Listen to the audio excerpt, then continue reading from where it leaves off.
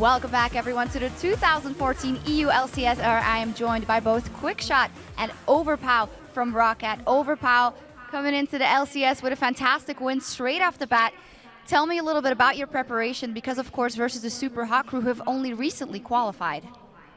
We just play scrims most of the day. We just practice some picks, and yeah, they just go like this. Is there anything specific in their team that you, or a specific person that you prepared more for or were more afraid of? Not really. We just play our game, we play our strat, we play our picks, we mostly play our game. Talk to me about those picks, actually, because we've seen the Malphite locked in very early on, and then you locked in Pantheon as your very last pick. Is this a composition you've wanted to play, or was it reactionary? We found our Pantheon like a couple of days ago. It's a really fun pick to play, and it's really good against Gregas as well. If you play 2 versus 1 against them, but since the game went really wrong in early, so we just had to prolong it. But yeah, overall, really fun pick. Yeah, talk me through that a little bit, because you have that idea of that comp that's going to be able to burst someone down later, but then the early game doesn't go well at all. How did you kind of react to that? Just like against NIP, we just go for the late game, mid game, try to win a Drake fights like we did. Yeah. Talk to me a little bit about this particular matchup. How was it dealing with Mr. Rolls and Mixer in your face the whole time? They had Impaler there with Nunu. As a team, did you say to Jankos, so go down bottom, go defend? How was your team reacting to that very heavy aggression? We found out they just want to babysit bottom and just push the lane as fast as possible. Yeah, Nunu Caitlyn, it's really hard to play defensive under tower. So I just said Jankos go bottom, and I will try to hold my lane. Yeah, that global ultimate was certainly a big help to shut that down. Is that Mr. Raleigh what you identified as the main target throughout the entire game, or was there someone else that was more annoying? We wanted to focus down moves, but yeah, since they did so well at bottom, we had to pressure bot. Talk to me a little bit now about your preparation for the rest of the LCS. You guys just recently joined Rockets, qualified in a KMT. I'm very excited to see how you handled this game. You fell a little bit behind early and then reacted very aggressive in the mid lane. Do you think you can stall and wait and delay against all of the teams in the LCS? Because we've seen you doing it a lot. I think we have to just wait and see. But I'm sure we're gonna make it, since most of the teams are not ready to just play for the late game without any kills at all. So yeah, we just have to see. Good strat there. And for you personally, maybe we had, I think it was Alex H who were singing your praises. How do you feel you can match up against all the other mid laners here in the LCS? I'm fine with it. I'm just scared of Froggen.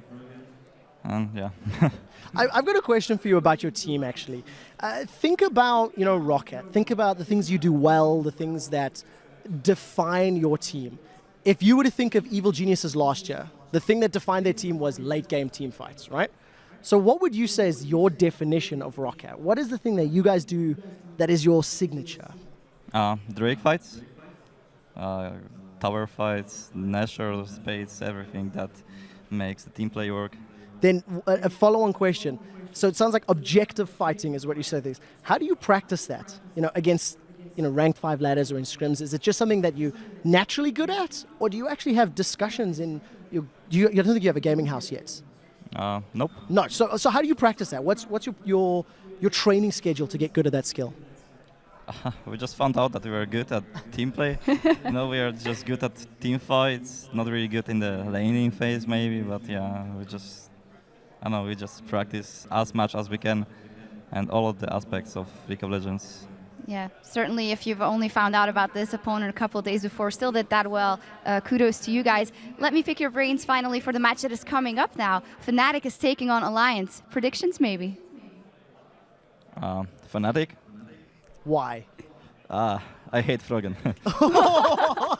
Well, strong words, and we'll have to see. I think seeing Fnatic's performance earlier, I think I think they're going to win it as well. Alliance may be a little too shaky, still too new under the LCS lights. Okay, well, very interesting. I think that is on a competitive level, of course, that you hate Frank because he's hard to play against. But now let's keep things rolling and send it over to Joe and the Ficio as Game 4 is about to begin.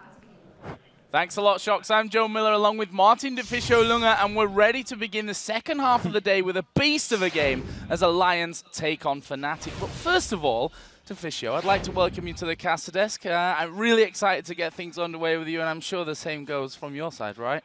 Well, you are a living legend. That's all. Oh, you're so kind. You're so kind. Our game, of course, is Alliance versus Fnatic, and these two teams are in very different positions. Alliance, who have been touted as maybe the best team around, certainly one of the best teams around, the super team built around Froggen. They started off with a loss to the Copenhagen Wolves. Well, I don't think we should take too much from the loss, except for the fact that Copenhagen Wolves combo was absolutely perfect against Alliance combo. It was pretty much just a whole, counter engage versus a heavy engage combo. So I wouldn't be too afraid for Alliance yet, but definitely well played by Copenhagen Wolves. Well, what about, as we're on specifics of that one, that Renekton build? We heard it a little bit in the interview there. What were your thoughts on that? Well, personally, I didn't like it. I feel like you sacrifice too many tanky stats to go for Mortal Mortius, and you don't get enough damage out of it. Especially because, as we saw the team fights, Wicked went in, he dropped low, that's where the Mortal Mortius starts getting really strong, but then he had to back out, otherwise he would die, so he never really actually got anything for it.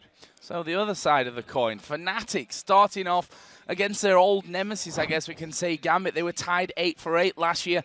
This time, Fnatic picking up first blood in this one and their first win of the LCS 2014 Spring Split. Let's talk about that one because it got interesting right from level 1. Amazing level 1 tactic from Fnatic. Yellowstar actually tweeted that he expected the invade from Gambit. So they put the ward in the river, they spotted him coming in and just circled around them and managed to pick up the kill. And also a huge advantage for the top lane, where it was the dual lane fighting each other, where Fnatic could get up before Gambit and therefore get like a XP advantage and also zone them out. Let's talk about that top lane then, because of course, Soaz versus Wicked in this game. Two guys who have incredible experience between them. Obviously, if you look at their KDAs from, Battle of the Atlantic, they paint two different stories, mostly because one team lost 0-2 and the other team had a convincing 2-0 victory. Yeah, I don't think we should look too much on the KDA from there. I think more we should look at the fact that they play kind of different teams. C9 versus Dignitas, it's not an even match. So great play obviously from Wicked and Alliance in that best of 3, but overall I think looking at the KDA for this is a bit wrong. I think definitely the top laners right now are very even, so let's ignore the KDA. And that's the interesting thing in this one. These two guys, probably the most experienced top laners. I'm sure some people would call me out on that one and add a few names to the pot, but amongst the most experienced top laners in there. And right now, you have to say that competitive League of Legends fits certainly one man to a T, and that is Wicked. Yeah, this is like the perfect meta for Wicked. We're talking tanks, we're talking heavy engage, and we're also talking split push, which is everything Wicked loves to do. It's interesting to actually look at Soaz at this point because last season he didn't play these bruisers at all, and now this season he actually had to adapt to it. He had to pick up champions like Renekton or Shyvana to be a part of the whole meta, and actually also shows how strong the tanks are right now that even a guy like Soaz decides to play them. And funny enough, out of all the tanks that he could have picked up there, they gave away Mundo, they gave away Shyvana, and we were already scratching our heads wondering what was coming. Then it was the classic troll, Trundle, brought in there. But this is just Soaz. Like, he will always find a counter pick to the current meta. He will always try to play something different. And the Trundle pick itself, especially against the Shyvana, who gets the extra armor and magic resist in her ultimate, he can steal that away and then become this unkillable big troll running in your face. As he was by the end as well. Either way, coming into this match, Fnatic's AD carry Reckless is especially confident that his team's strength and experience will overcome the individual superstardom that makes up Alliance. Alliance is going to be cool to meet because they are like a superstar team. I would say they have like maybe the best individual players, but as team play, I think we might be stronger. One thing that's important to note about Fnatic is they either have the day or they don't. They struggled a lot in the last tournaments they played. How they used to play doesn't work anymore that good, so we probably have the advantage there. The mid lane is Alliance key lane. Froggen is just super good. Like, he reads the game really good, know where to be, know what the other guys are thinking. Shuki is really good. Like online, he was probably the best jungler in EU. Maybe he will do really good. Maybe he's not gonna do that great. I think it can go either way. I think it's important, and I think we're gonna win. Some modesty there from Shook as he says, I think it could go either way, but I think we're going to win. So, you know, he was being nice at the same time as predicting a win, but he's going to have to be a big player in this game for them. I mean, definitely. And for me, though, he already proved that how good he is. But we saw the first game for Alliance where Amazing actually did a fantastic job and pretty much out-roamed and out-pressured Shook. So I'm expecting Shook to come in now and really want revenge on this, and we're going to see how good Shook actually is. Well, before we get any further, let's check out the starting lineups of these two teams. Starting on the blue side with the super team, as they've been dubbed, Alliance. Wicked in the top lane, Shook in the jungle, Froggen in the mid lane. The AD carry, of course, is Tabs. His support is Nif. And on the red side for Fnatic, we have Source in the top lane, Cyanide in the jungle, Xpeg is the mid laner, Reckless as the AD carry, and Yellowstar is his support. And we'll be keeping an especially close eye on the bot lane matchup in this game. Tabs and Nif versus Reckless and Yellowstar. Now, these are four incredible players. Obviously, the new duo coming into Alliance. Fnatic's duo is, to be honest, still to be proven fully, with Reckless and Yellowstar having a bit of a tough time of things at Bota. Yeah, generally Fnatic had a tough time at Bota. Actually, Reckless and Yellowstar did a really good job in the start of the game versus Cloud9. They actually were ahead on CS versus Draven. They managed to have a lot of pressure there, but as the game went on, Fnatic just started losing all the momentum, and Cloud9 just snowballed over them. One thing's for sure there. I mean, Tabs has got to adjust to playing with Nif because his former support, Mithy, of course, at Lemon Dogs, now, he was a little bit different type of a support entirely. Yeah, Miffy is a very aggressive support. He wants to go for kills in lane, and he wants to like make big plays. It can work. I mean, you can either win the lane or you can get ganked and then all of a sudden fall behind in the lane. Nif is a lot more, stable player. He plays a lot more safe. He only makes the smart decisions, and he only goes in for trades where he knows he's not going to get ganked by the jungler. But what about the other side? Nif, he's now got a new AD carry after, leaving his long-term AD carry partner Candy Panda behind in SK Gaming. Like, how do Tabs and Candy Panda compare from Nif's view? Well, for me, Candy Panda and Tabs actually remind a lot of each other. They're both very mechanically skilled, and they have great position in team fights. And at the same time, they like to play these carry AD carries. And if they do get a few kills, they will carry the game pretty much for the team. So I don't think Nif feels too much of a difference, but we'll see. And we should just add in there the whole other little story into this one. The fact that both supports have played together under the SK Gaming name as a duo lane, of course, with Yellowstar, the AD carry, Nif, the support, back when they qualified for Season 3, which feels like years ago by now. And they're on opposite sides of the fence today. Well, it's going to be interesting to see how much Yellowstar actually knows of Nif and how much Nif knows from Yellowstar here and how they play. Because obviously, Yellowstar used to be the caller. He likes to do the calls in lane, which means when he was the AD carry, he also did the calls with Nif.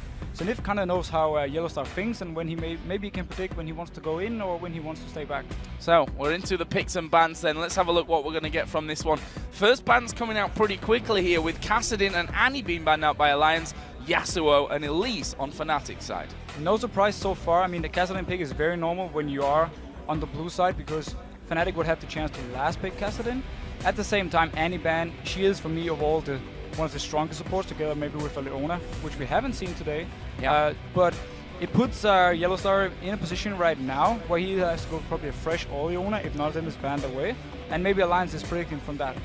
We have seen a lot of Thresh today, which, as you said, no Leona whatsoever really surprises, but the fact is we do have the likes of N-Rated coming up a little bit later, who we know likes his Leona. Orianna banned out here actually for Alliance, aimed straight in towards Peke, who played it brilliantly against Gambit.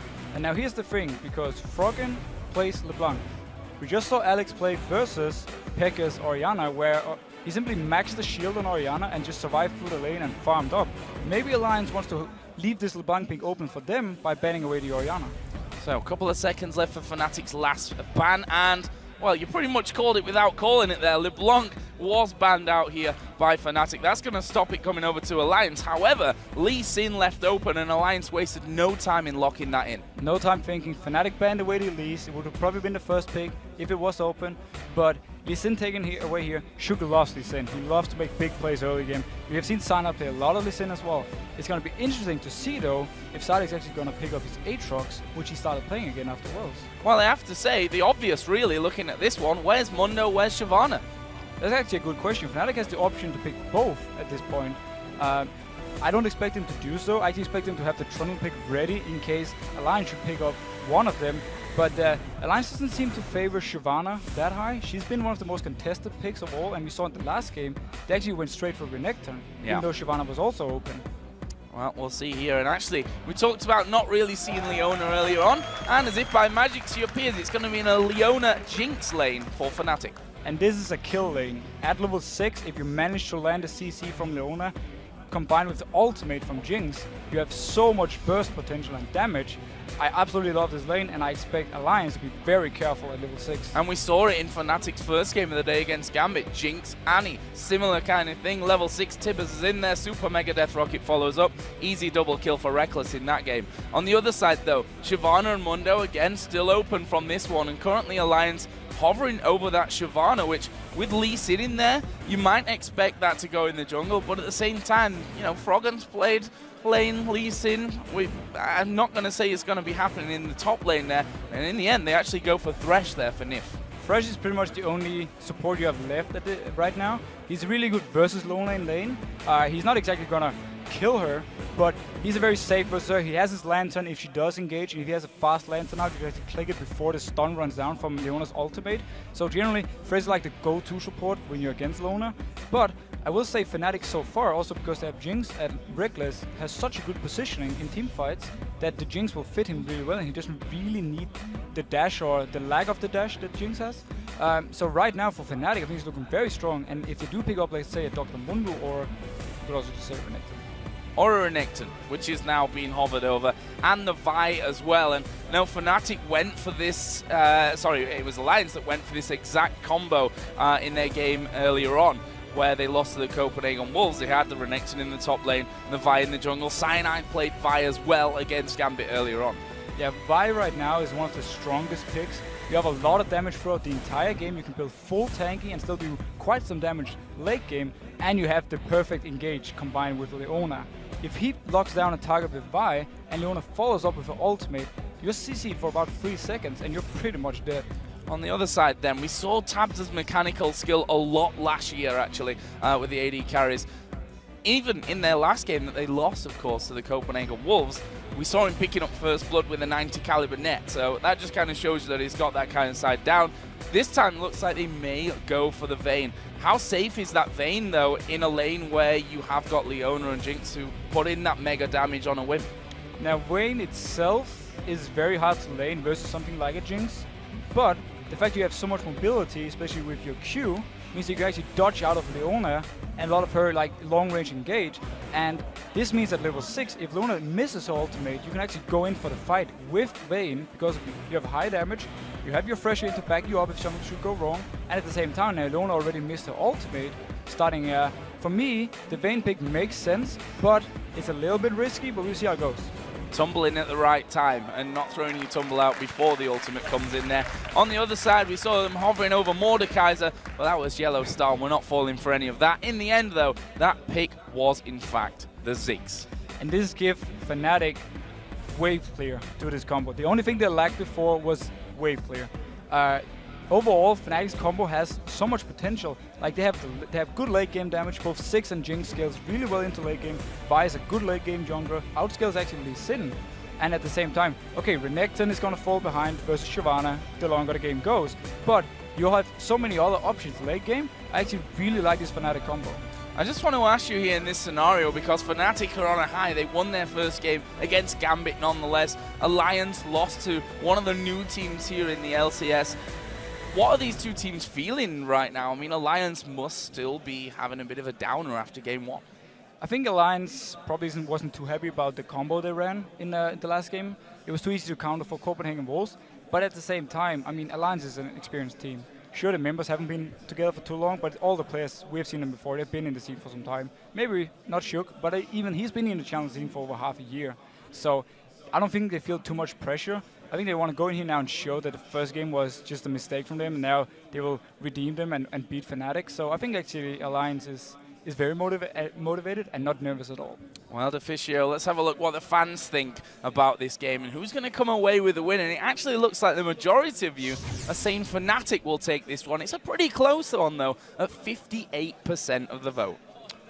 I will agree. After seeing the combos right here, I definitely like Fnatic's combo. Not saying Alliance isn't a strong combo, but for me, if Fnatic manages to get the 2v2 lane, manage to land some CC on Vayne and instant kill her and then lock her down early game, they will actually be in a very good position to transition to mid game and maybe keep snowballing from there. Well, here we go then. It's Alliance versus Fnatic here. The second game that both of these teams are going to be playing today, and an important one for both of them. I mean, this is what we've been touting as a top-of-the-table clash, and come the end of the season when you're looking at playoffs and who's going where, it's games like this that can count. It's definitely games like this. We saw it last split. It was so close. One win from one team could have changed the whole table around. So right now, Alliance want to go in and get the win, so they're 1-1, and Fnatic obviously want to extend their lead. So let's have a look here at the early game. And, you know, things since we've moved into the preseason patch slowed down at level 1 in terms of entering the enemy jungle, although Gambit might have something to say about that after their level 1 earlier on, but I think we can expect a more pensive start here, surely. Generally, the fact that you can at 130 put down your trinket wards means that scouting is a lot more safer, and also most teams actually prefer it, because if you do fall behind early game, which there's a high chance you do if you do invade when there's a ward at 130, it means that you have a very hard time coming back. And now, at the same time, why would you actually risk it? That's the question. Well, I tell you what, Shook has managed to land a good couple of Qs here onto Yellow Star, which has given them vision without putting any vision down. Always a bonus at the start of things. Yellow Star backs away. We hit the 130 mark, and we can see those trinkets all being put into action. Basically means a big line of wards across the entire map. And look at this. We can see Alliance already moving their duo down into the bottom lane. They're going to get there earlier. I would expect to actually see Shook focus out on the bot lane in the start to help Taps and Nif out. Because if they manage to get the level 6 and then choose the right fight, they could actually fight back versus Jinx and Leona. But beforehand, Jinx versus Vayne, Jinx is going to have a lot of free time to trade and a lot of free time to CS. Well, there is Shook just getting himself that blue buff. Was helped a little bit by Wicked in this top lane on Shyvana. And we're not so used to seeing Wicked playing this Shyvana. It's usually him on the Renekton. Yeah, but I'm actually glad he decided to pick up the Shyvana for once. And I'm excited to see how he's actually going to build it. Is he going to go the same way he did with the Renekton, or is he just going to go full tank?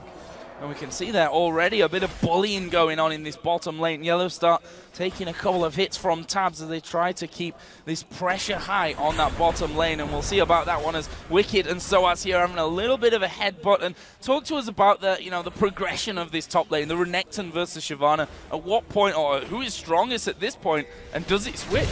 Renekton definitely has the advantage early game, and all the way up to like level 9, 10-ish, where you normally see the Sunfire being completed. Once the Sunfire is completed on Shyvana, then Renekton is going to lose a lot of his damage, and Shyvana is going to start actually out-pushing him and out-trading him in the 1v1s.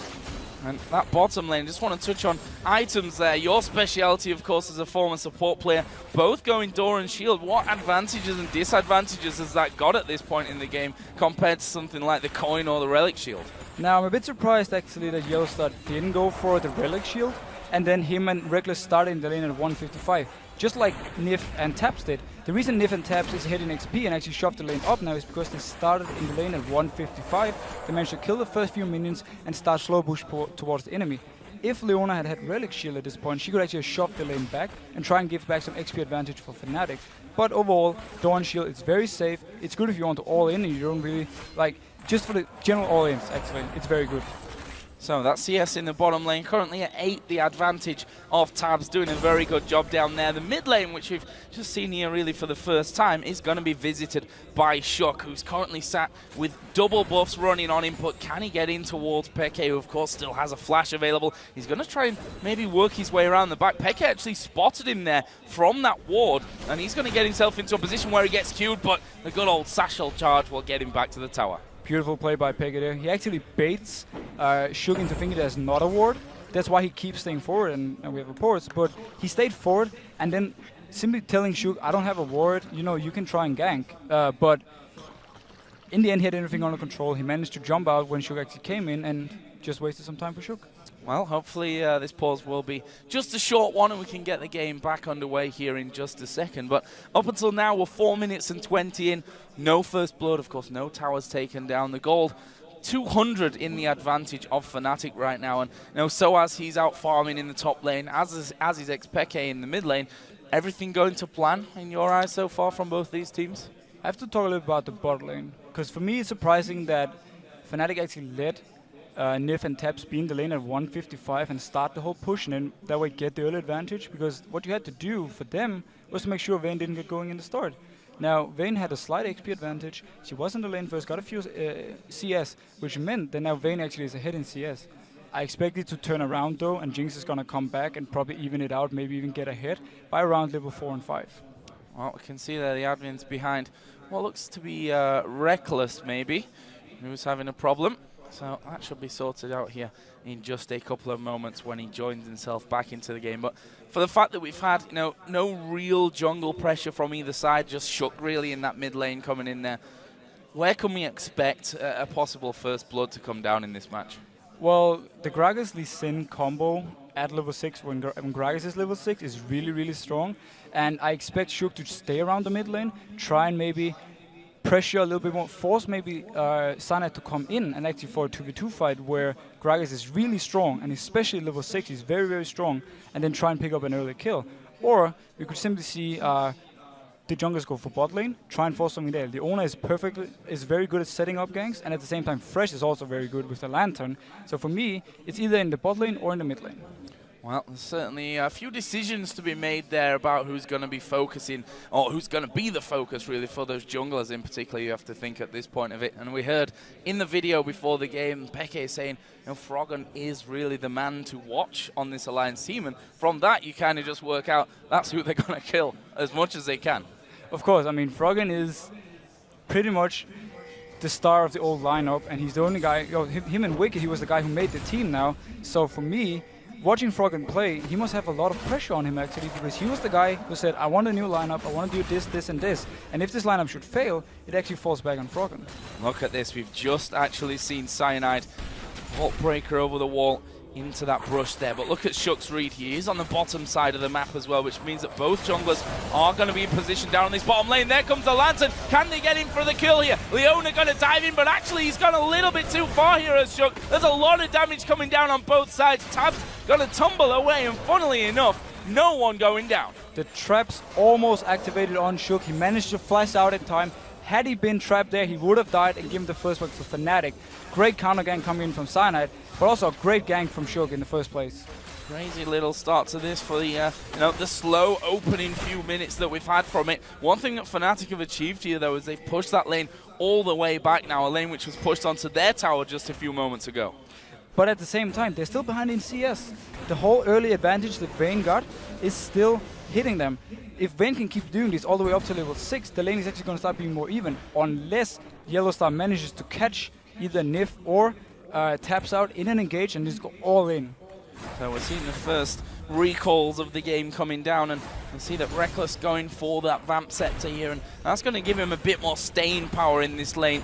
And we'll see what Tabs goes for on the other side, as he will be headed back here soon along with his support, and there it is, a Vamp Scepter for him as well. Pretty standard pickup for both AD carries. None of them had enough gold to purchase, like say, an early BF sword. So they simply go for the safe pick, the Vamp Scepter. I expect both AD carries to go into a Bloodthirster. And generally, it just means right now the lane for them. I mean, obviously for Taps, he wants to farm, but also for Reckless, he wants to avoid going too low, so he can't really go in for the full engages. So earlier on, we touched on the fact that neither support had gone for those gold items, as Wicked just taking a bit more harassment up there. But actually, on the return, Nif did pick up the Relic Shield. Interesting enough, normally you start with the Relic Shield, you don't pick it up later, unless you want to fully complete it into a Heart of the Mountain, which is the item where you give a shield to an ally that takes some of your HP and gives like 20% of your max HP into a shield. If he opts to complete it, it's a bit strange build, but I can definitely see it work when you have Vayne you want to protect. Oh, they're going in for Wicked here, the bomb coming over the side from Peke, but Wicked had already got himself out of there thanks to his ultimate, but he's actually going to get pushed here underneath the turret. Soaz is putting all the damage down. He tanks it up. There's a satchel charge jump away from Peke, and there will be the first blood from Fnatic. Shook can't follow in for any more damage. Nicely executed. Great play from Fnatic right here. They know that Source has the pressure early game. They know that Source can pressure down Wicked to the tower and then roam up, and you can actually do a 2v1 dive on him and kill him. Bit surprised though that Froggen let Xpeke just roam away freely, especially because Cyanide could just come into the mid lane and pick up the farm, and Fnatic actually lost nothing on it. Now again, down onto this bottom lane, been a bit of a focus for us because there has been that tug of war going on in terms of where the minions have been left positioned, but this could change things once again. Cyanide headed down towards that bottom lane. This time Shook's not there to help out Alliance, and there was the play back, and that's the reaction you need to have as a Thresh to stop the Leona coming in on you. And this is why Thresh is really good versus Leona. Perfect play by Nef. He completely stopped the engage. Had he been caught right there, he would have been locked down, and then Cyanide would have flashed ulted in and maybe picked up a kill. Well, Cyanide is still waiting there in that brush, so he's still thinking that he may get an opportunity to actually get over onto either Nif or Tabs, but you can see that the Alliance bot lane not really pushing out from safety, and in the meantime, Shook is taking advantage of this one and going for a red buff steal. Shook must have expected Cyanide to be bot lane at this point, and simply said, I'm just going to go for this red buff. It's not worth it. Alliance didn't know if Cyanide was actually there, but great play by Shook. He was around the area, he checked it with his Sonic Wave, and then simply just went in and took it. Smart play.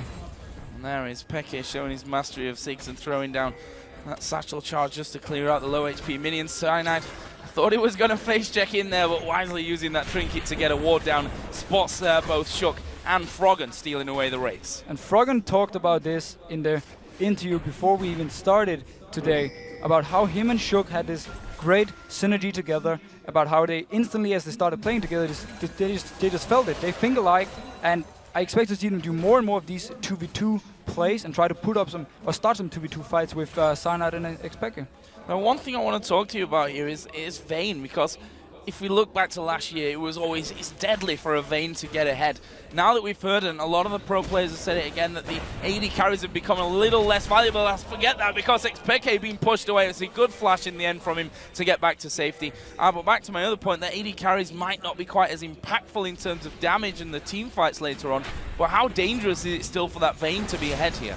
Now, Vayne is still one of the best AD carries late game in the game, and she is perfect versus this tanky meta. The only reason you normally don't see too much of a Vayne is because the current strong AD carries like Lucian and Caitlyn. Oh wait, we have to see a fight. Yeah, we see the push in there, the push back onto Yellowstar. His ultimate not really landing, but they've managed to lock down Tabs. Assault and Battery comes in, but he's pretty healthy still. Shook goes low, kicks Cyanide away, and he will actually be able to stay alive at least for now. Reckless flashes off, barrels flying over his way, and Peke chasing down there nicely. The last man in the jungle was Shook. He's headed back up north, and in the end, it's a 1-for-1 with a Dragon going over to Alliance. Tabs actually got caught in the middle of everything right there, but he managed to tumble to safety and stay alive. At the same time, Shook kicked Yellowstar into the box of Thresh and killed him. Beautiful play. He didn't manage to survive though. He was caught behind enemy lines. So be it. And let's have another look at that one in slow-mo and just check out exactly how that happened. Look at Tabs' position. Notice Tabs right here. He actually stays in the middle of everything, gets caught by Yellowstar, and then ulted. But there's no follow-up damage. The rocket comes too late from Reckless. He doesn't hit him, and boom. Instead, Shook makes the play, kicks Yellowstar into the box, and it's a 1-for-1. But Alliance managed to pick up the Dragon. And at the end there, Shook's Q almost hitting Reckless as well. He would have followed through there and probably picked up that kill, but either way, that ends in a 1-for-1, and we see Alliance now going back about their normal route with Shook taking his red buff. Fnatic have pushed this bottom lane up completely. Both AD carries in that fight got an assist apiece, but it is still Tabs that holds a 10 CS lead. And he has a big wave at the tower right now. He's going to pick up all the CS. Things are looking very good for Tabs right now in Alliance. But on the other hand, the combo Fnatic has is really good at locking down a Vayne, especially if Vi can just lock himself onto Vayne. If they can follow up that with Leona, they can keep his stun locked. Well, we saw the damage wasn't quite enough for him that time, despite the mispositioning, maybe you'd say, from Tabs getting caught out right in the middle of them.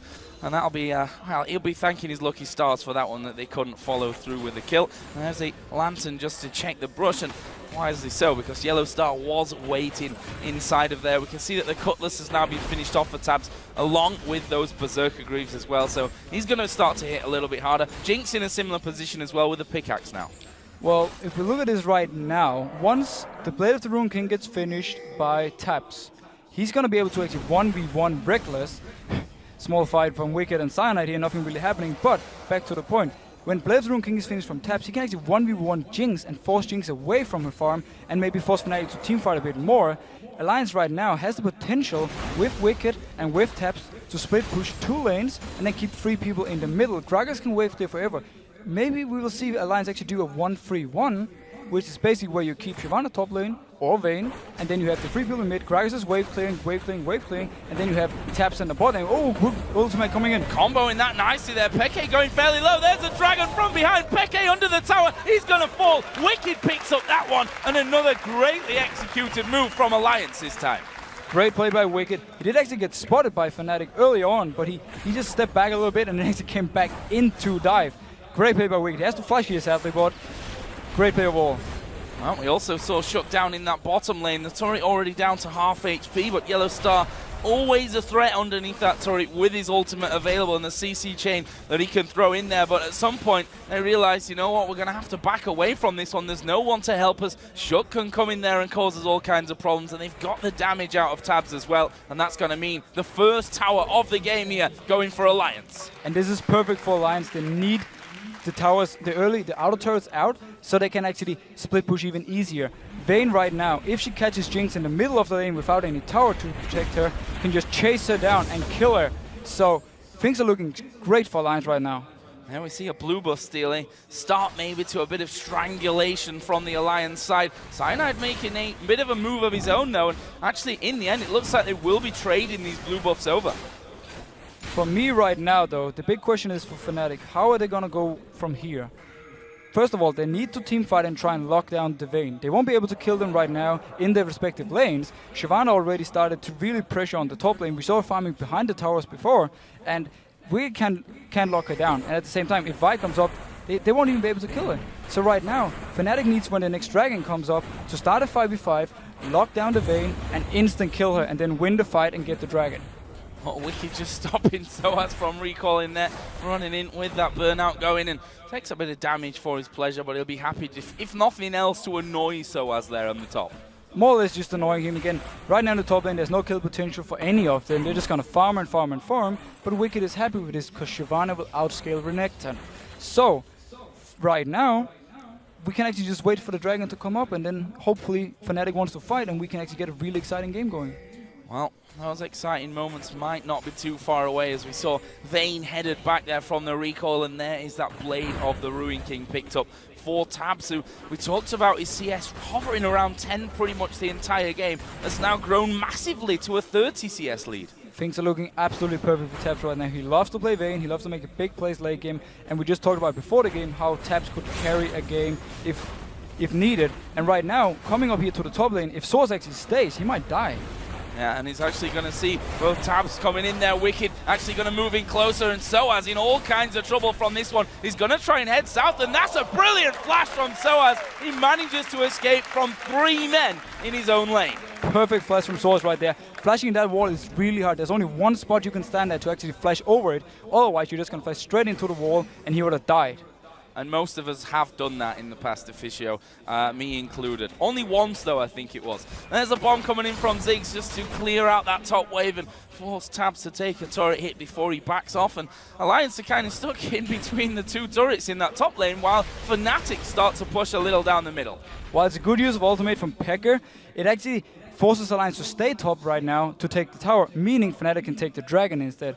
If Fnatic had just taken the tower, Alliance had taken the tower for free, they might have been able to move down to mid lane to fight for the dragon here. But great call by Fnatic and great use of ultimate from Pega, giving them the dragon. Oh, Shook actually decided to come for this one, which may actually cause him a death. He kicks back the Vi and will end up heading over towards the golems just to stay safe from that one, but dangerously low. Thought he would have a bit of a go onto the Dragon Steel. That didn't work out for him. A nice pickup coming down in the end for Fnatic, but that top wave, as you said, tower going down in response, and they're still up there without a response till now. It doesn't look like Alliance actually want to push his towers in because they're afraid of getting ganked from behind. But if Xpega didn't clear the wave before, right now Alliance could actually have hit him both. Good ultimate coming from Froggen. Wow, everything really landing from Froggen there. The belly slam going to be locking him down. That's a good flash away from Peke. Ultimate is going to come out there. It's not got enough damage. The Ignite was thrown onto him by Froggen as well. Neither of them falling in that fight though. Close stuff. The barrier from Peke saved his life. Great use of barrier and great use of flash to flash the body slam, otherwise he would have died. Nice play by Xpega, but also very nice play by Froggen. He has all the pressure in this mid lane right now and forcing Peke back whenever he wants to. Let's have a look at this top lane, because Soaz is waiting inside of the brush here. Tab, Blade of the Ruin King, actually ultimate use here from Soaz. He's going to go for this one, but will he be able to take down Tabs? And more importantly, will Tabs even outfight him in this one? Tabs going to do a lot of damage to him. Will he be able to finish him off? There's the dive back, ignites her down. Oh, Soaz gets it, just about 80 health remaining. Incredible play. Wow, and Tabs really hates himself right now. He had every chance to get this kill, but he went in too deep. You see Wicked getting caught though. Yeah, talking about deep, Wicked is in all kinds of trouble here up by the Wolves, but is he really? His Shyvana turns around and does the damage to Cyanide, who in turn backs away himself, and he will just walk away from that, leaving not only a low HP man, Jinx recalling in the bottom lane, but now 4 men from Alliance pushing and taking the outer middle turret. Even the amazing wave lead from 6 couldn't hold this turret. But let's go back to the top one. Tabs actually tumbles into the tower, takes a hit, and therefore dies. Almost for him, but he can 1v1 Renekton. We just saw it right here. If he didn't tumble into the tower, he would have killed him, and that signals dangerous stuff for Fnatic. And we talked about his amazing mechanics, and well, they were if the turret wasn't there, I suppose, from that. And so as knowing that he's might be in a little bit of danger there, decides, you know what, I should probably run away from this tower at this point. We do see Froggen starting to wander up into this top lane, but he's not going to be in range to really do anything and stop Soaz there, just checking out those brushes. Meanwhile, blue buffs have spawned in once again, this time Fnatic, who had their blue buff stolen last time around and countered that with a steal of alliances, will once again reset that and get their own back. Now, I'm just looking at the items. We see Soaz actually went for a Cutlass. Will he go for Blade of the Ruin King simply to be able to 1v1 Vayne better? Or is he going for this simply for teamfight damage? If it was for teamfights, I would expect him maybe a Bloodthirster or, you know, a Brutalizer simply for some more damage. But overall, I think he just wants to be able to 1v1 Vayne better, and this actually might be a very good call from him. Well, certainly a high-action game. I say that, we're 20 minutes in, it's only 5 kills, but certainly in terms of positioning and movement around the map, it's been very, very intense on that front of Cyanide. Just powering up here. Will he go in for Wicked? He's certainly thinking about it, and why not? There are 4 men there from Fnatic. They're going to try and bait them in, and they're doing a good job of it. The Leone ultimate is going to get flashed away from there by Nif. Good reaction, and Alliance managed to survive that one. Great reaction from Nif right here. Flashing the ultimate, nothing really happens from it. Soaz actually has a very interesting style of playing the Renekton. He always pops the ultimate in the bush, and then he engages for maximum burst. I like the way he's playing it, but overall right here, good play by Nif. Stops the whole engage. It was a 4v3 for Fnatic. Smart play. And if anyone knows Nif in this game, it's probably Yellow Star at this point. Former AD carry pair, of course, over at SK Gaming when they qualified into Season 3. As Froggen here thought he was going to get caught out, but I shouldn't have underestimated the fact that Shook is coming around, and there's a big barrel to Peke's face. That will tie up the kills at 3-3, and there is the red buff. Shook took it away the last time. Is he going to challenge for it again? It definitely looks like he wants to at least force a smite from Cyanide, so Soaz does not pick up the red buff. If Soaz picks up the... Oh, we see Froggen coming. They might actually fight for this. Actually going not low enough for the smite at this point. There's the barrel going down. They're going to try and combo that, and it will be stolen away by Shook. The hook won't land from Nif, and Fnatic walk away, but losing that red buff a second time in a row. And this red buff was actually very important. Had Soaz picked it up, he would have been able to 1v1 versus Taps. Right now, if Alliance decides to go back to the split pushing, there's no red buff on Soaz, which means he won't be able to 1v1 either Taps or actually Wicked, who's in the top lane now. Well, next thing coming up into play here for contestants, surely going to be Dragon. 1 minute until that one actually spawns in. We can see that Alliance actually starting to recall somewhat from around that middle area, going to be picking up a few more items. So let's look at them. The Rabadon's Death Cap is now done for Froggen, also along with that Athene's Unholy Grail. Currently stronger than what Ziggs has to offer, but something tells me that Peke is actually sat on a lot of gold. Actually, he's not sat on a lot of gold. All I'm telling complete lies. Right now for Froggen, once he finishes the Void Staff, He's going to have so much burst damage to bring in. Pege slightly behind, but at the same time... Oh, good engage coming in. Ooh, Cyanide coming in. They're going to chain the ultis. The box goes down from Nif, but, well, it's not really going to stop anything as they throw everything that they've got over at the support player. And is that going to be enough here to force their way into another middle turret? Froggen isn't there. He just recalled from the bot lane. They will take this turret for free. And this is why we see Vi is so strong. Even if you flash her ultimate, does nothing. Once she sticks to you, if you get caught out of position, you're dead. That's it. Beautiful play from Fnatic. And they managed to pick up tower and almost even in gold now. Headed up towards the Baron area there. The pings were going down, but they've got the wards in. And they won't make an attempt for Baron at this time. We're only 22.5 minutes into this game. That fight leaving a few guys up, so probably not the wisest choice for it. But Dragon is up, and Alliance are in position on that. Free Dragon right now for Alliance. Fnatic was pretty healthy. They could have fought for it. There was no Vi ultimate, no. But that was about it. Sorry, Six doesn't have ultimate either. But they decided to give it free. It's a bit weird for me. I actually think they could have at least stalled it and maybe waited for their ultimate to come up. But nonetheless, they don't want to take the chance. Oh, Froggen is waiting off why the walls. Actually was spotted by a ward there. I think this entire time was scanned out by Nif so that they could clear that one. And now they start to push that lane up towards the inner turret. A little bit dangerous as Nif just throws that lantern down. Actually, we are going to see them backing off here as the recall is popped by Taps. Now, Alliance has the map control in Fnatic's jungle. Now also, Alliance has the opportunity to split push with Shyvana, who's going to beat Renekton 1v1, and split push with Vayne, who's going to beat Jinx 1v1, and then keep Gragas in the mid lane simply to wave clear. I'm not sure why Alliance isn't doing it at this point, because they have the wards for it, or they had at least. They can just go in and put them now. And at the same time, they have all the tools for it.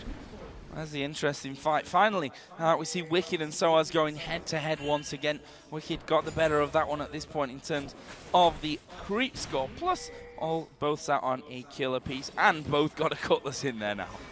Now, again, as we talk about the split push, Fnatic has the ability to force team fights with Leona and Vi, and also force picks on champions. If Vi goes to top lane, together with a 6, for instance, and ultimates on Shyvana, they might be able to have what it takes to take it down, but in about 10 minutes, when Shyvana is even more tankier, it's going to be harder. So Fnatic right now, I feel like for them, it's a bit of a ticking bomb, because Alliance is just going to get stronger and stronger in the split pushes.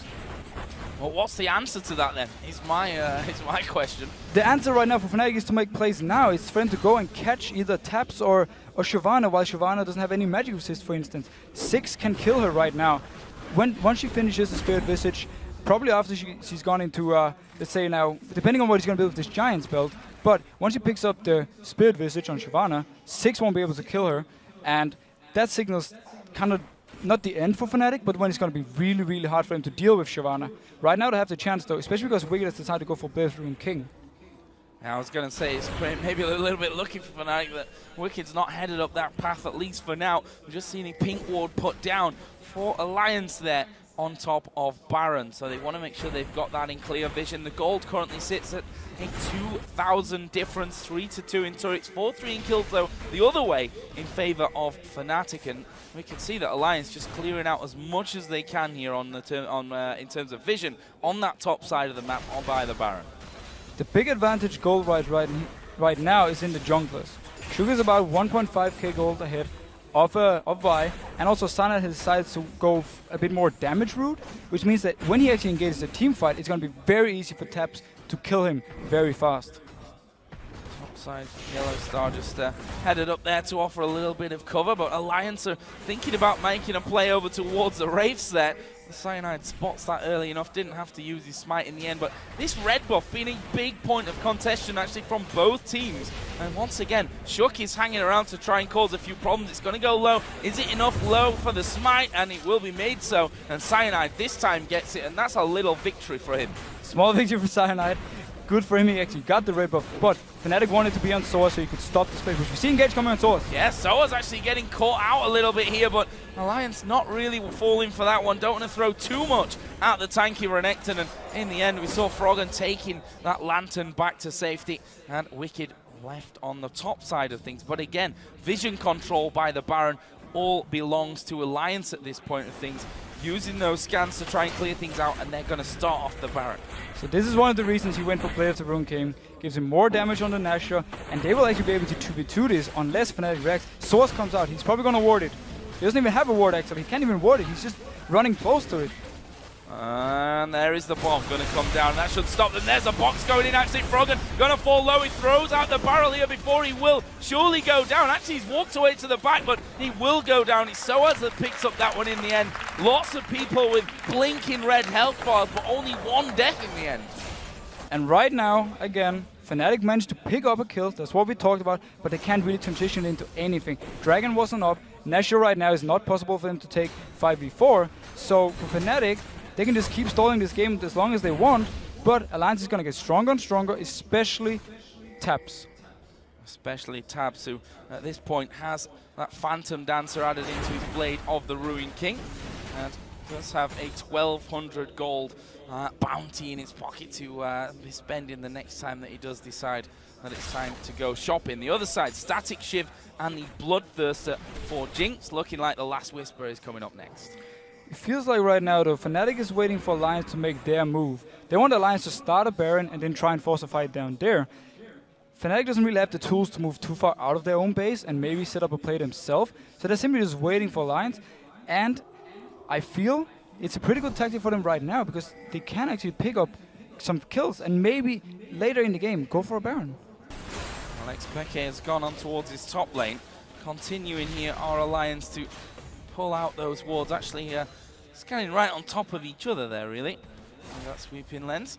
And Fnatic now head back down after losing those wards to make sure that they can check things out and not lose anything in the long run. They now get positional advantage on Baron right at the front, but with the fact that Tabs is down at the bottom, they may fancy going for something here 5v4, but the fact is Alliance have managed to stall that out long enough with Tabs able then to come across. But Alliance, they're moving through the jungle here. They're going to try and cut them off. And Fnatic is caught out of position. There are two people top lane taking the tower there. Shu comes in now for the dive. He doesn't even go for it, but they can take this mid tower pretty much for free. Or, actually, one of them has to recall and wait for the, otherwise Jinx might even take 2 towers over there together with Cyanide. Yeah, there are actually a couple of minions pushing in for them on that one. Cyanide tanky enough to dodge a couple of hits. There's the ultimate used out of Peke. He will satchel charge back off to safety, and Reckless has finished off that tower in the top lane, but the mid inner turret goes down. Are we going to see them keep pushing for this one? Fnatic actually pushing out of their base to try and stop the recalls happening. Froggen will manage to get back from it though, but that tower is going down. Will they be able to finish the inhib from this one? Froggen's going to have to throw everything at him to stop it. Froggen can't even go in for this one. If he goes in, he's gonna die. Free inhib coming from Fnatic. Beautiful play. They use 6 to wave clear in their own base with both his ultimate and everything he has, and he stalls Alliance for long enough for Reckless and Cyanide to pick off the inhib. Beautiful play.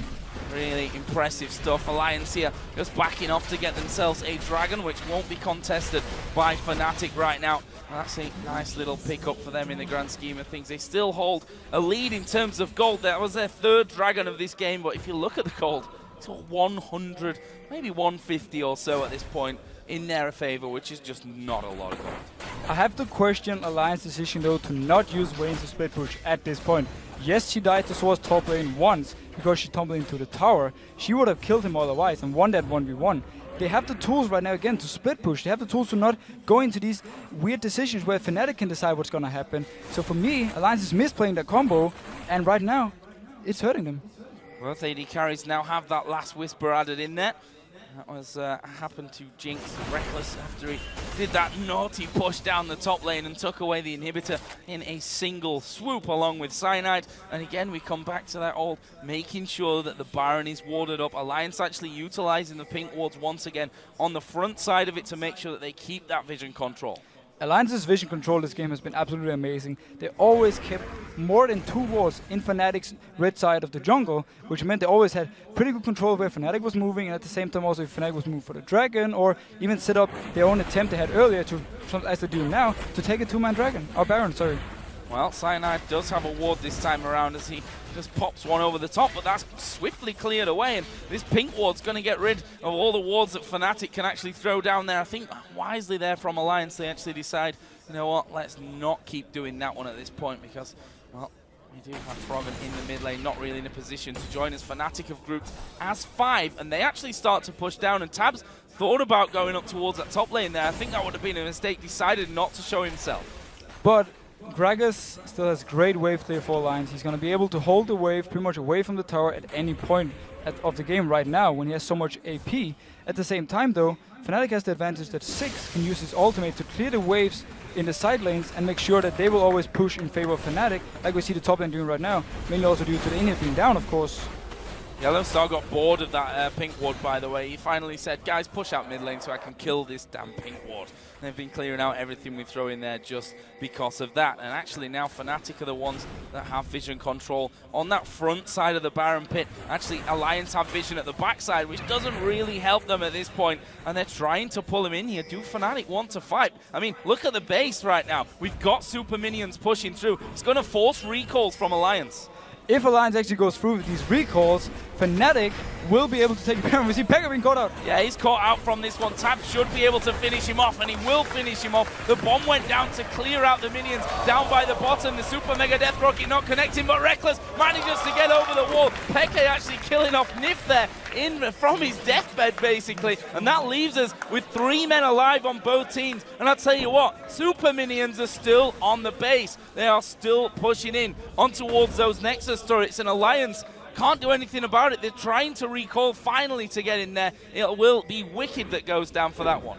Pekka sacrificed himself to go down, throw down the ultimate just when the free wave spawned from Alliance and clearing out the entire wave so that Super Minions could push in. Great use of barrel here by Froggen. That's a brilliant barrel, and actually he's going to go in. That might cost him his life. It will. It gives Reckless the movement speed bonus that he needed to escape as well out of danger. That's a nice pickup here from Fnatic. They lead 8-5 in kills, and that gold is starting to tick their way.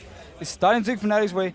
Froggen got slightly greedy there. He did a very good ultimate at first because he knew or he expected Fnatic to stand there and wait for him to actually walk in, but decided to body slam him to try and get the kill on Reckless. Too greedy, end up dying for it. Taking a couple of minutes here for Alliance to finally get all those pesky minions out of their own base and force that waveless back as far as they possibly can. In fact, the inhibitor has now respawned in that top lane, so Alliance will have a little bit of pressure relieved from their side of things, and in fact are pushing that lane as far back as they possibly can, already to the halfway point of the map. Meanwhile, Yellowstar coming out, and there is a pink ward of his own as he continues to clear out at the sides. Let's have a look at that one once again. Froggen getting greedy. Well, basically, Froggen tried to do the flash body slam, which is like instant body slam into the face of Reckless, but sadly for him, Yellowstar was in the way, and the body slam, boom, hit Yellowstar. Now here's the pink ward battle, and Nif will clear that one out there and walks away pretty satisfied, I'd imagine, with that one. He does actually have another pink ward of his own to put down, but he's a little bit cautious about doing that right now. Meanwhile, Reckless, who's continuing to build his CS up. He's up to 300 farm at this point. Got himself the cowl in there as well. Going to have a bit of protection. The lack of split pushing from Tabs actually have put him far behind now in CS compared to Reckless. Tabs have been staying in the mid lane, trying to pick up farm, but he's been fighting versus Froggen for this farm, and obviously he's been losing out because Froggen can instant wave clear. So Tabs actually fallen quite far behind now compared to Reckless. Well, the farm across the board is actually pretty impressive. I mean, you see Siobhan at 300, almost 300 for Soaz as Renekton. Mid laners are both up past 300. In fact, Pekka's closer to 400, if anything, at 391. It's, as you said, just Tabs that has fallen a little bit behind on that front. We'll see if that costs them moving forward. Right now, Fnatic are actually pushing themselves up towards Baron once again, and will be clearing out the pinks and the green wards that were put down there earlier. And actually, with one swift movement, that completely empties Alliance's vision of that area. So it's getting caught by the hook.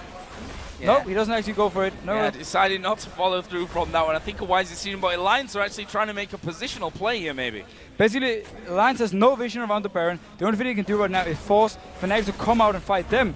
Pekka might be caught out though. Yeah, we'll wait for the hook here from Nif, and it's flashed away from by Pekka. Nice move from him, but Shook at the backside actually kicks Soaz away, and he's still managing to live through this one. Might not be so lucky here for Wicked. Who am I kidding? He's a big tanky dragon right in the middle of the team. There's a barrel to separate them. It brings back one. Tabs will take down Cyanide. That will be a double kill for Tabs on Vayne, and this gives them time now to push.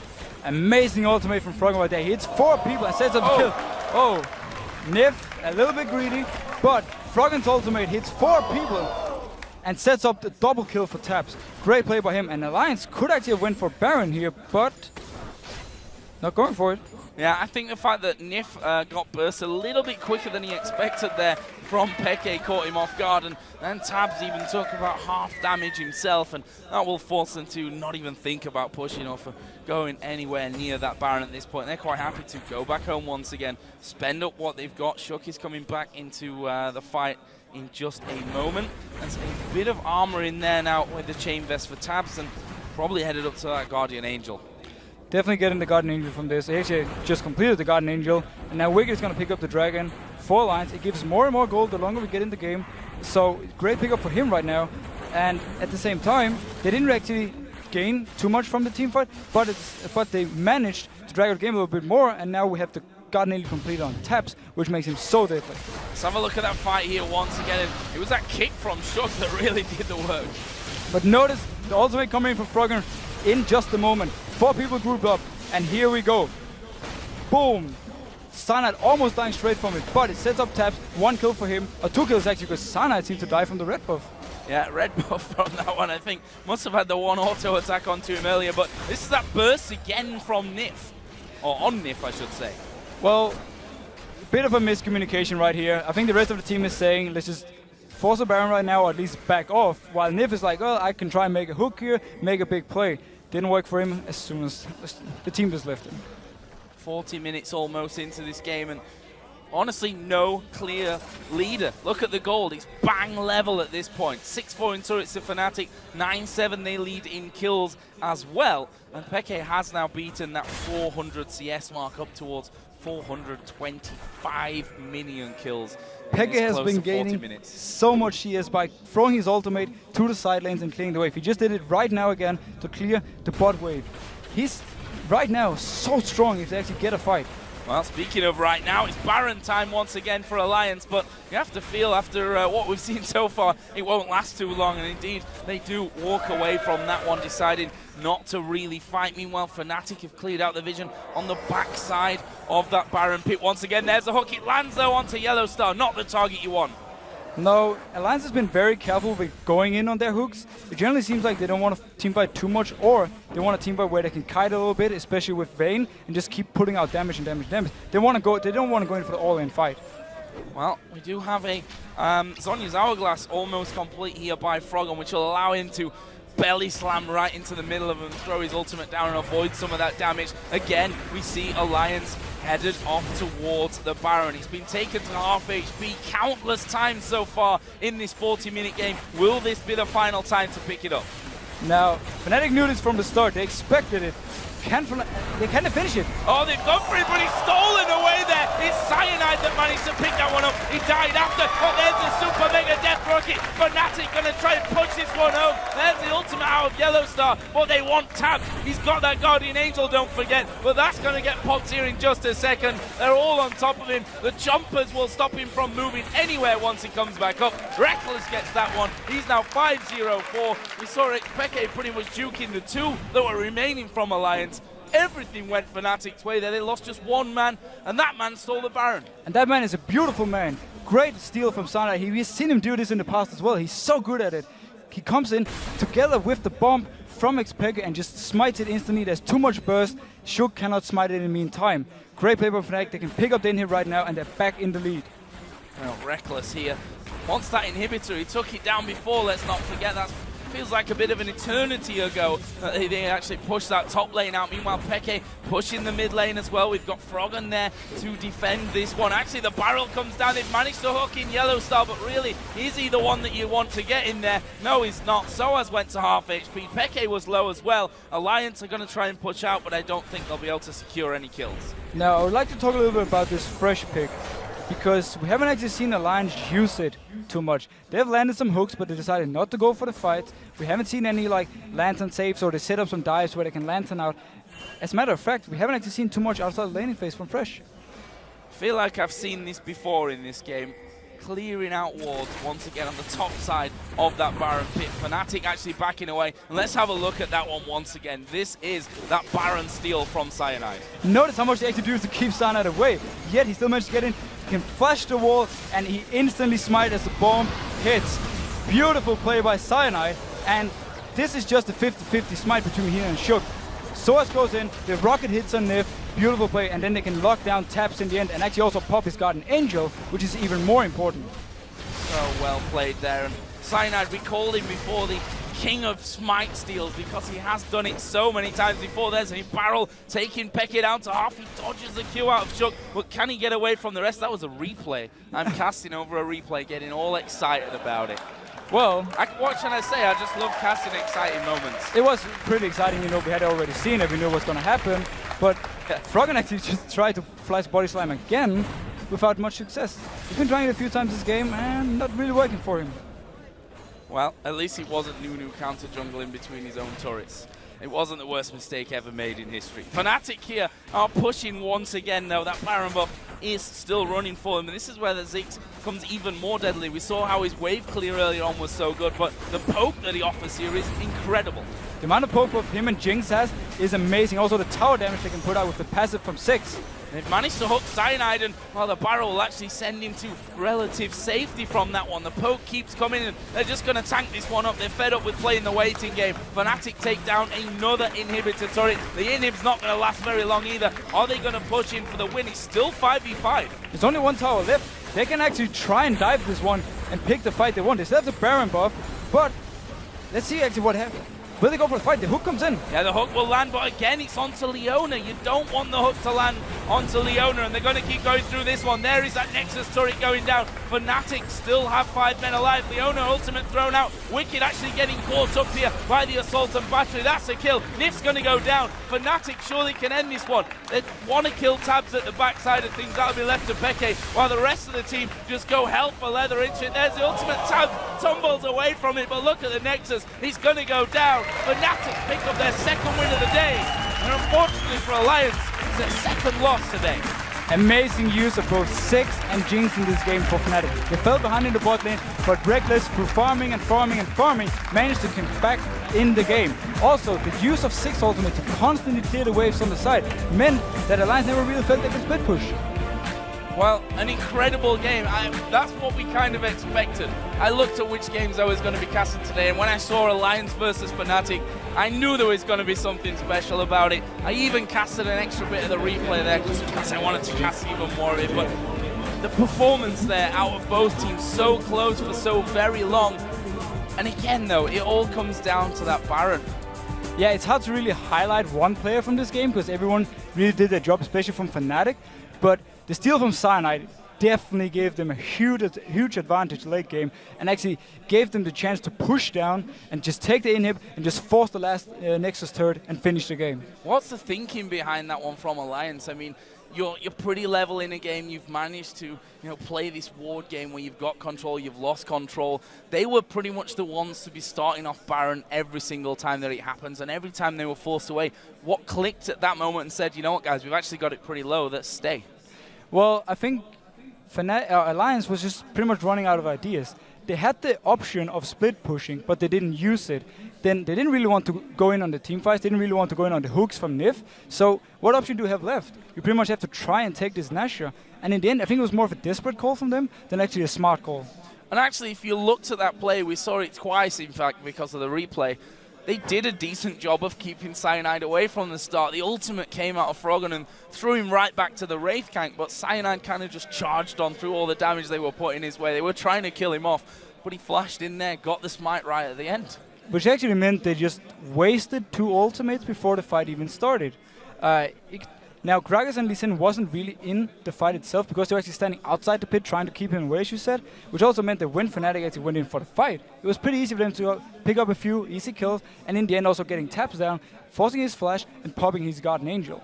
We'll talk about Tabs there a little bit as well because both him and his opposite number, Reckless, had a lot to play in that one. You have to give credit to Tabs for his performance. He did very well. I mean, the lane was his pretty much the entire game until he started to fall a little bit behind, and that was because Reckless was just having so much farm in the end on his own. I mean, Tabs actually surprised me a lot early game. He played the lane absolutely perfect. And the fact that him and Nif could get the early lead through the level 1 meant that he could actually get ahead in CS from a Jinx. Very smart play by him, but in the end, they didn't really use it to anything because they never, except for the one time he actually split push top, they never really wanted to split push otherwise with the Vayne. And that means the Vayne pick kinda loses its power. Well, a fantastic win for Fnatic, no doubt about that one. 2-0 here. Perfect start to the LCS in 2014. We're going to take a quick break, guys, but when we come back, Shox and Quickshot will be joined by Cyanide from Fnatic, and then it's time to see how the veterans of Gambit will do against the new Copenhagen Wolves. Stay with us.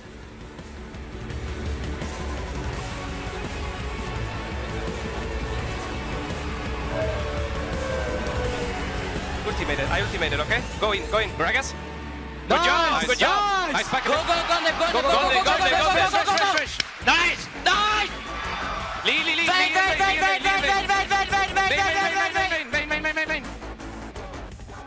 Oh fuck. Killer. Good job. Nice. I trap. Kill.